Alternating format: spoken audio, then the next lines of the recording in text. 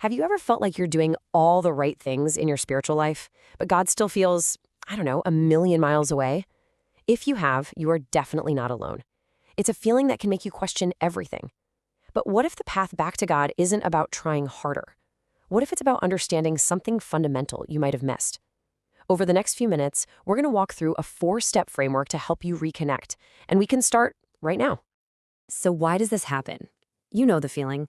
Maybe you just got back from an incredible retreat, or you heard a sermon that just lit a fire in your soul.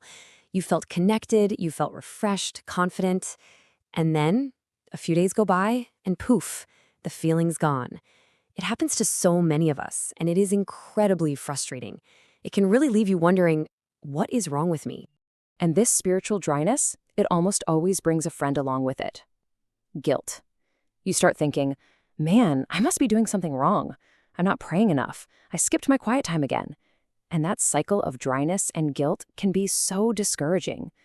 But what if the fix isn't about just trying to feel better? What if it's about understanding a core truth that kind of makes that guilt irrelevant? Let's dive into the first step. Okay, so this brings us to our first and honestly, our most important tip. This idea pretty much flips the whole problem on its head. It's this radical thought that the work of getting right with God, well, it's actually already been done for you. Does this sound familiar?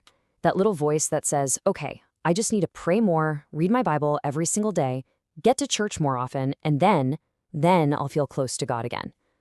We can fall into this trap of treating our relationship with God like a checklist, right? Like it's a ladder we have to climb to get to Him. But what if that whole way of thinking is the very thing keeping us stuck?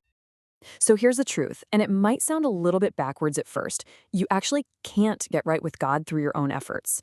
Why? Well, because the standard is, believe it or not, perfection. Not just doing good things, but being perfectly good all the time. And let's be honest, that is a standard that is completely impossible for any of us to reach on our own. The Bible calls this fundamental problem sin. And it's not just about the individual bad things we do. It's the barrier itself that separates imperfect people from a perfect, holy God. The book of Romans even says the penalty for this separation is death. So, I mean, that's the core of the problem. How in the world can that be solved if just being good isn't enough? So what's the solution? Well, according to Christianity, the solution is Jesus. The core belief is that He died on the cross to pay that penalty for our sin, taking our place. Not because we earned it, but simply out of His love for us. This verse from Romans lays it out really clearly. Being saved, being made right with God, comes from believing that Jesus is Lord and that God raised Him from the dead. It's a gift. And when you really get this, I mean, really let it sink in, everything changes. Prayer, reading the Bible, going to church, they stop being chores you do to try and earn God's favor. Instead, they become things you get to do, flowing from a heart that's just full of gratitude and love. All that pressure, it's gone. So what would it look like for you to approach God not out of obligation, but as a chance to know the one who loves you unconditionally? Okay, so if our relationship with God isn't based on how well we perform, what is it based on? Well, that brings us right to our second tip, which is all about choosing to stand on God's truth over our own, often very unreliable feelings. Check this out. It's so powerful to see it side by side. On one side, you have how you might feel: distant, alone, abandoned, maybe even unloved. But then look at the other side. What God's word says is true. You feel alone, but John 14 says He will never leave you. You feel abandoned, but it promises He will not abandon you. You feel separated or unloved, but Romans 8 tells us that absolutely nothing in all creation can separate you from His love. See the gap? So, what do we do with that? Well, the point is this. We need an anchor that's outside of our shifting emotions. The practical takeaway here is to make reading God's word a regular part of your life. Think of it as constantly recalibrating your perspective, aligning it with what is actually true, no matter what emotional storm you might be going through that day. In short, let God's word be your anchor, not your feelings. So once we're anchored in that truth, we can start being way more intentional about what we're actually building in our lives. And that leads us to tip number 3, which uses this really powerful metaphor for our spiritual lives. I want you to think of your life as a field. Whatever you plant in that field, that's what's going to grow. The Apostle Paul lays this principle out so clearly in Galatians. He says, "Do not be deceived, whatever one sows, that will he also reap." Now, this isn't meant to be a threat. It's just a simple statement of cause and effect. The input determines the output. What you allow into your mind and heart will directly impact your spiritual health, for better or for worse. Let's really break this metaphor down. Think of your eyes and your ears as the gateways to the field of your heart and your mind. Every single thing you watch, listen to, and think about is like a seed being planted. It's simple, right? If you plant apple seeds, you're going to get apples. You're not going to get oranges. It's such a straightforward concept, but it's one we so often forget about in our day-to-day spiritual lives. So this brings up a really important question. One you've got to ask yourself honestly. If your spiritual life is a garden, what seeds are you planting? I mean, really think about your daily habits. The hours of mindless scrolling on social media, binge watching show after show, getting caught up in the constant churning news cycle. Are those the seeds that are going to produce the kind of spiritual fruit you actually want in your life?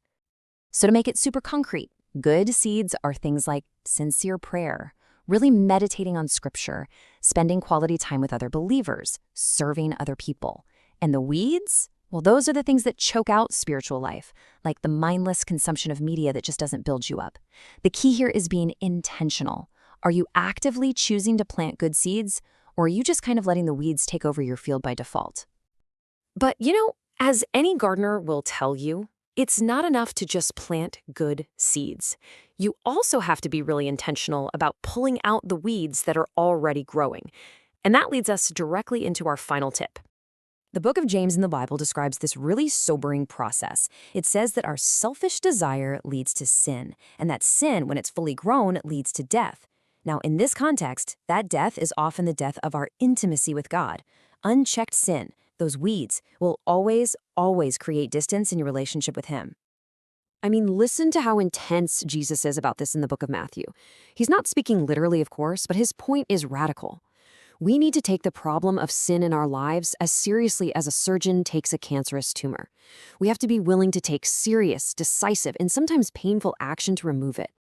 So, what does this actually look like in practice? Well, first, you have to identify the specific weed. Give it a name. Is it an addiction, a toxic relationship, a habit that constantly sends your mind to a dark place? Then, you've got to take serious, practical steps to cut it out. And here's the crucial part. Please don't try to do this alone. The Bible is so clear that we need each other. Ask for help and accountability from someone you trust, who is spiritually mature, a pastor, a mentor, a good friend. Okay, so we've covered a lot. We've looked at the foundation of grace, the importance of truth over feelings, the power of what we plant in our minds, and the absolute necessity of pulling up the weeds. Now let's put it all together and see how these 4 tips create a clear, practical path for reconnecting with God when He feels distant. Here it is, your 4-step path back.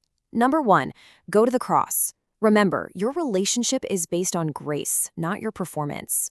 Number 2, trust truth, not feelings. Anchor yourself in Scripture. Number 3, sow good seeds. Be proactive and intentional about what you consume. And number 4, cut out the weeds.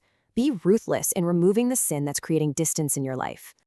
And when you get right down to it, it all comes back to this powerful, incredible promise from James chapter 4. It is not a one-way street. God is not hiding from you.